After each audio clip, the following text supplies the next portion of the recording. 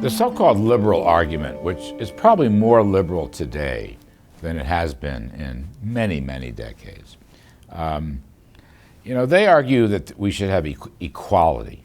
Everybody should be equal. We should all make the same amount of money. We should all have the same assets and wealth. I don't believe that.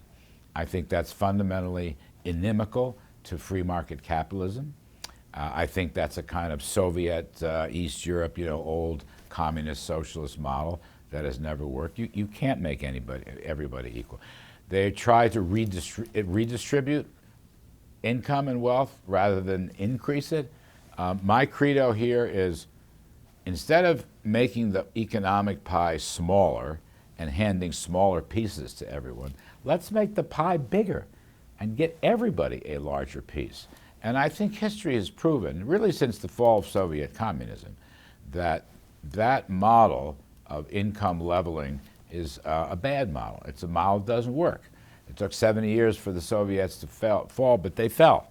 And China, for example, the other big communist country, I won't say that they've fallen, but they've changed their economy. It's now much more of a market-oriented economy. In my judgment, markets distribute goods. Markets set prices. And if there are free opportunities inside markets, that's how people who work hard will do well. And I think the ethos in America is to work hard. That's always been where we are. In other words, we all start at the same beginning.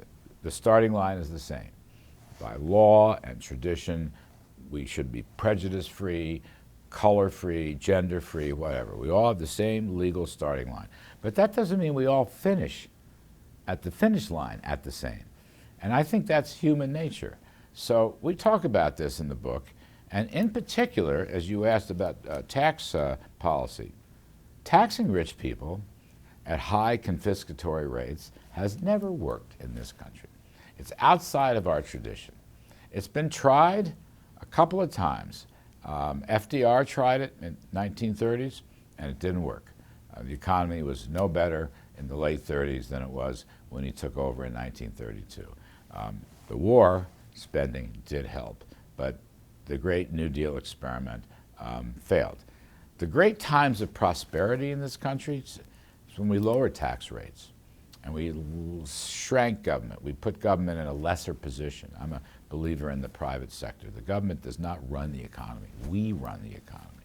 So you go back and look at some unbelievable prosperity periods, like the post-Civil War period, unbelievable prosperity. The 1920s, unbelievable prosperity. The 1960s, unbelievable. The 1980s and 90s, fantastic economic growth. Those all have some common characteristics. And usually they include low marginal tax rates, so you keep more of what you earn. That's a reward for your work and investment and entrepreneurship. Less government, fewer regulations. That doesn't mean no government. It doesn't mean no regulations. I'm for a safety net. But it means at some point you go too far and you're strangling businesses. You're strangling small businesses. That's who I'm really worried about. So that's my basic argument. John F. Kennedy, to get right to the chase in this book, John F. Kennedy's tax cut legacy has been lost. It's a very strange story. And that's one of the reasons why Brian Dimitrovich and I wrote this book. Kennedy was the first post-World War II supply-side tax-cutting president. He was the first. Eisenhower wouldn't do it. In the 1950s, despite certain urban legends, the 1950s were a lousy economy. 3 recessions in 8 or 9 years. Kennedy knew, having won by a cat's whisker against Nixon, Kennedy knew that he had to grow the American economy at 5% a year. That was his target. Nixon didn't go there. And Kennedy never really told us in the 1960 election how he was going to grow at 5. But he said, this is what we're going to do. And then he went back and forth with his advisors in 1961 and 1962. The first step he made was one I disagree with.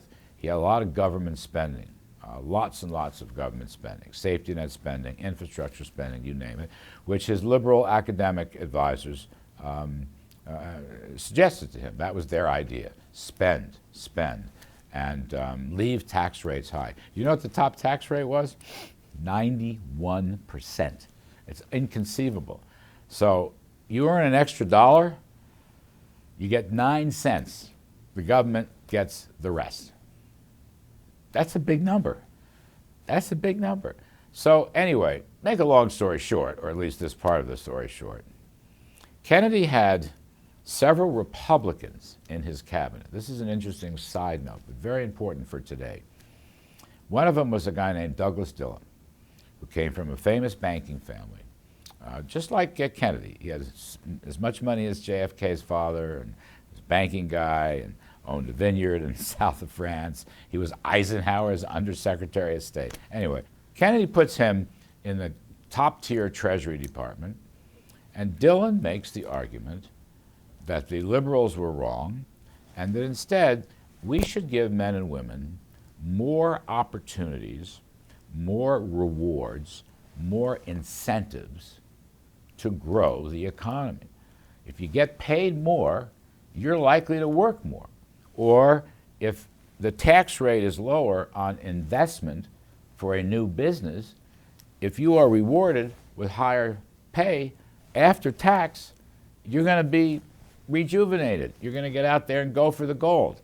And that hadn't been happening since World War II. That hadn't happened in the 1950s. I'll just throw out one number for you.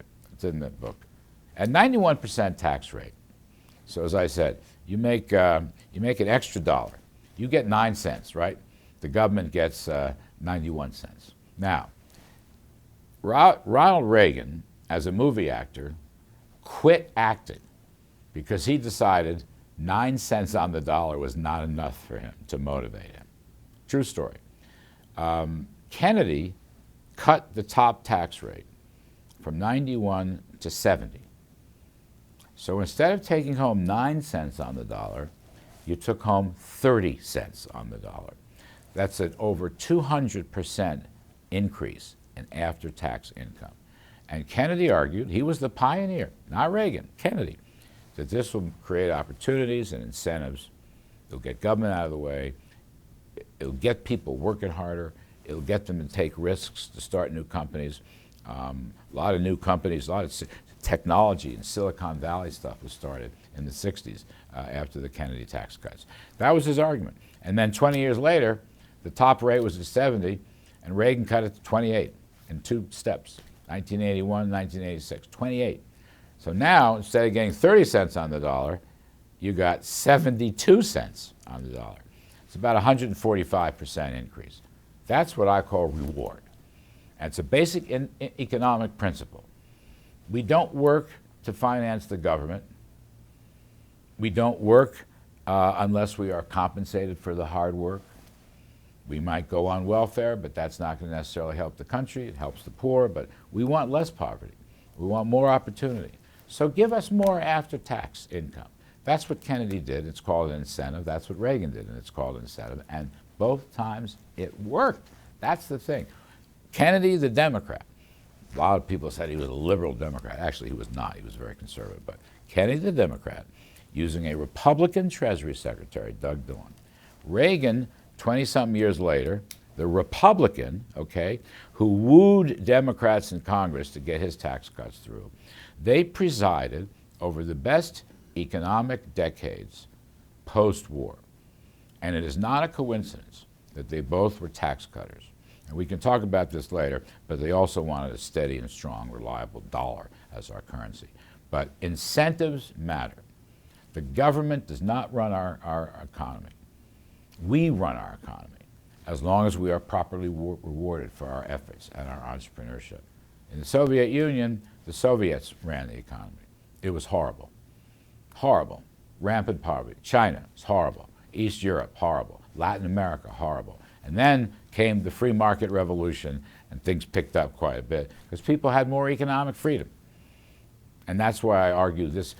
I'm not talking politics here. I'm just talking straight out economics. 1970s, Republicans and Democrats destroyed the currency, created double-digit inflation, and raised taxes. And the 70s were a horrible period of economic growth. We had 12, 15% inflation twice. The economy barely grew, and then Reagan came in and changed that. And by the way, just to make sure this is bipartisan, Bill Clinton, Democrat, he did raise the income tax in his first year, but then he came back a few years later and cut the capital gains tax, which is a very important tax for investors and risk takers. And he acknowledged that he raised income taxes too much. Clinton was also a free trader. I wouldn't say Clinton was Reagan's third term, but he's pretty close to Reagan's third term. Unfortunately today, the Democratic Party is hopefully lost. They won't go through this. They want to tax wealthy people. They want to punish success. It's not the way America does it. It's not the way success is created.